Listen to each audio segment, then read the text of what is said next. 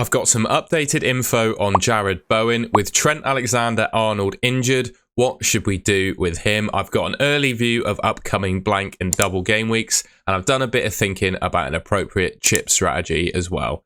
These are my final thoughts going into game week 21.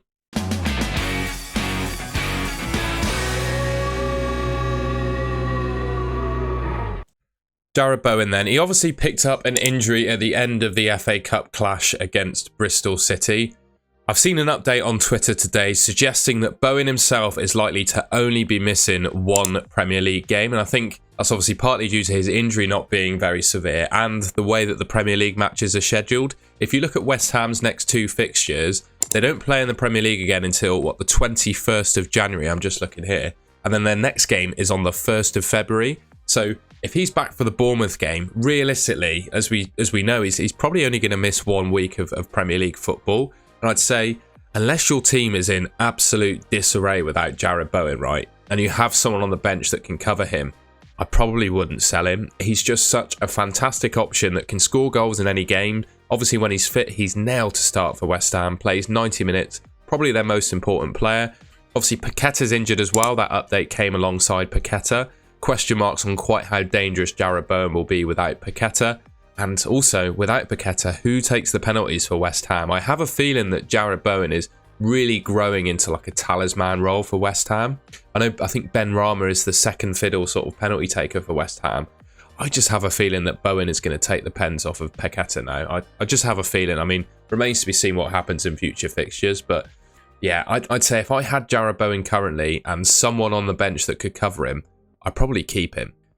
If you are, however, absolutely hell-bent on selling Jarrod Bowen, I've put together a list, I've showed this in my previous 2 or 3 videos basically, of the best midfield options in the game. Obviously, we don't have Salah and Son in the game anymore. With Bowen being injured, I've left him out as well. So these are the best guys, really. If you're looking to replace Jarrod Bowen with, got to look for one of these, I think. Richarlison I really like. I'd say Foden's a good option. Pascal Gross is a good option. Garnacho if you want to save a bit of cash. I mean, you can see all the players here.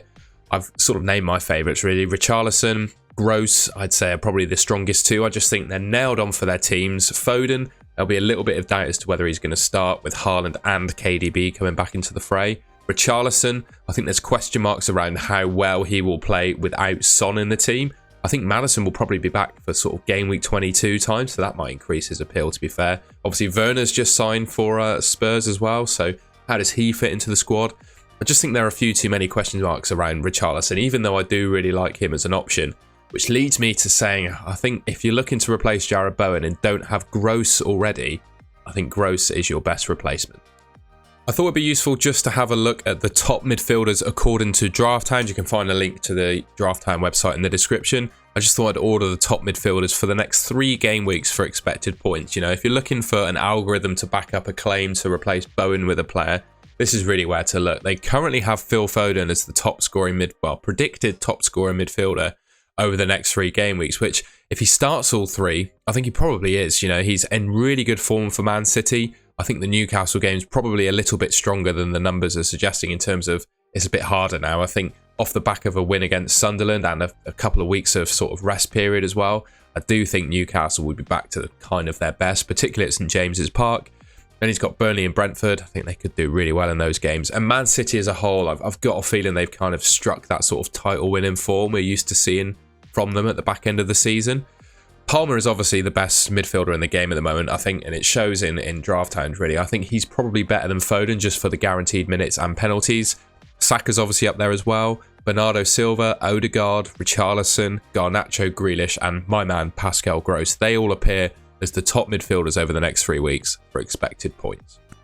The next bit of news to talk about is Trent's injury. The assistant manager for Liverpool said he's ruled out for, a few weeks, and then they'll see after that. That's exactly what he had to say. So a little bit inconclusive, but I think it's fair to say he's going to miss, looking at the potential upcoming Liverpool fixtures, he's probably going to miss at least 1 game week. I think he'll probably miss the Bournemouth fixture on the 21st of January. And then there's a question mark, really. Will he be back in time for the 31st fixture against Chelsea? If you take what he said at face value, out for a few weeks, I'm looking at the date today, it's the 10th of January. A few weeks' time is bang on the 31st of January. And I don't think he said that by accident. I think he's probably eyeing up Trent returning for that Chelsea game. And to be honest, I think he's going to be really important for that game. So yeah, I'd say similar sort of thoughts to Bowen, really. He could well only be missing one game week in FPL.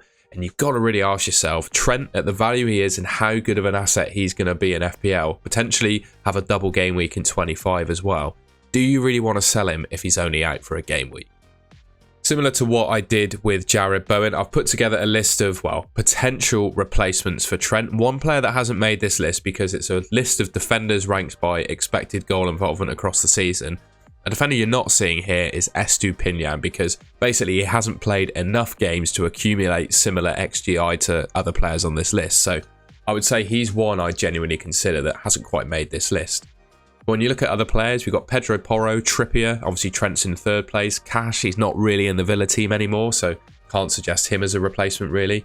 Dunk, Doty, Dean, Udogi, White and Aya are the best defenders for expected goal involvement, which suggests to me if I were to pick one player to replace him, it would be Pedro Porro. Second, probably Trippier.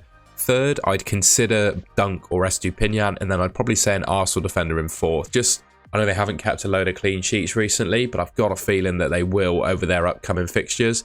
Ben White appears to be the most attacking, well, this season at least, accumulated the most XGI. Obviously, Gabriel was a good asset, likewise Saliba. So that's my kind of thoughts on replacements for Trent.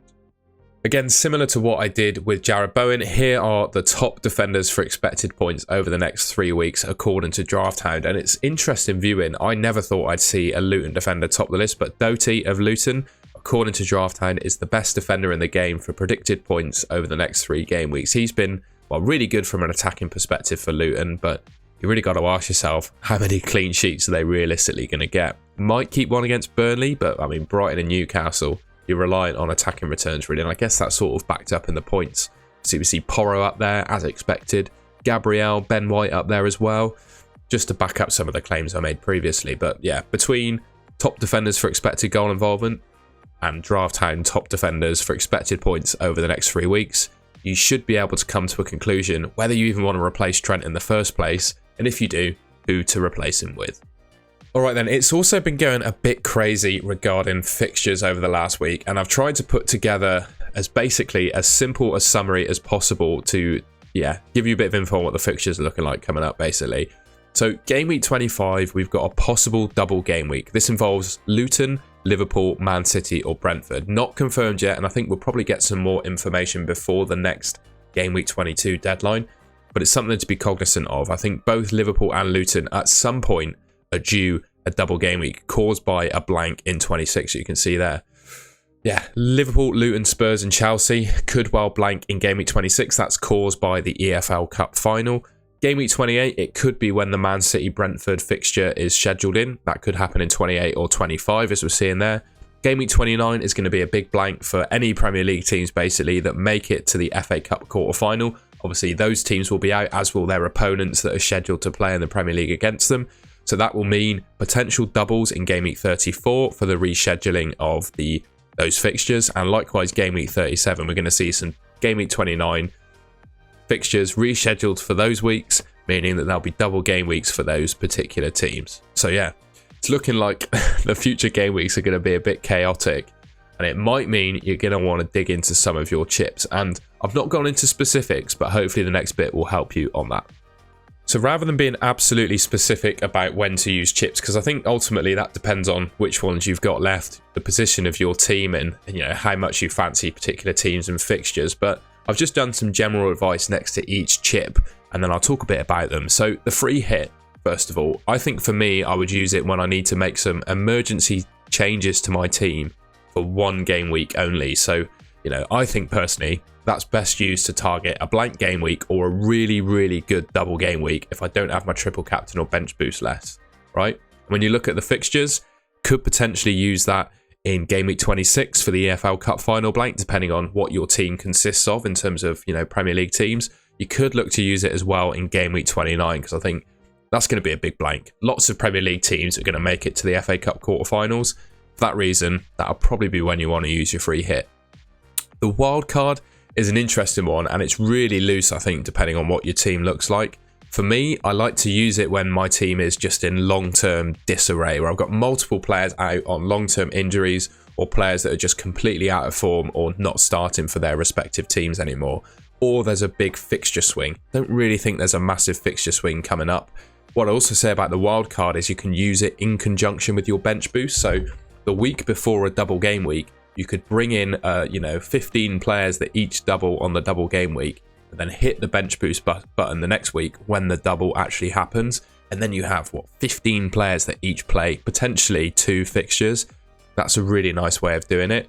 And looking at how the things are sort of panning out, game week 34 and 37 are going to be the big doubles this season. So potentially using your wild card to set your team up for those 2 game weeks, with maybe a triple captain having the best triple captain available or a bench boost available, that could be the way to play that. I think the bench boost, we've kind of gone over that already with the wild card, but it's best used when you expect your bench to score well, right? Whether that be through them having a double game week or all of them being starters for their team and having favourable single fixtures. Ultimately, I think the best time to play that is going to be a double game week coming up if you haven't used it already, and you could well use a wild card to set yourself up for it. Triple captain, that's a really easy one. I think it's best used when you expect one player to score absolutely exceptionally, right? That's either during a double game week or when they have an outstanding single game week fixture. The one thing I'm eyeing up is the Man City double game week. They are going to get a double game week coming up at some point. That's either going to happen in 25 or 28. And I think as long as Erling Haaland's fit, you can't really go wrong with triple captaining him. Likewise, if Liverpool have a double coming up, and Salah's obviously back for the AFCON, hopefully in time for double game week 25, if they do double that week, he's an option as well. So I do think there are potential Salah and Haaland double game weeks coming up, and that's a really good time to use that chip. So without going into specifics, those are my thoughts on a bit of a chip strategy. All right, and that's the end of the video. I hope you found that useful. Let me know in the comments if you did, and if you have any questions that I haven't quite addressed in this video, I'd appreciate that. And yeah, if you enjoyed the video, please leave me a like rating, subscribe to the Golden Goal channel, which should be just there, and I'll catch you in my next video.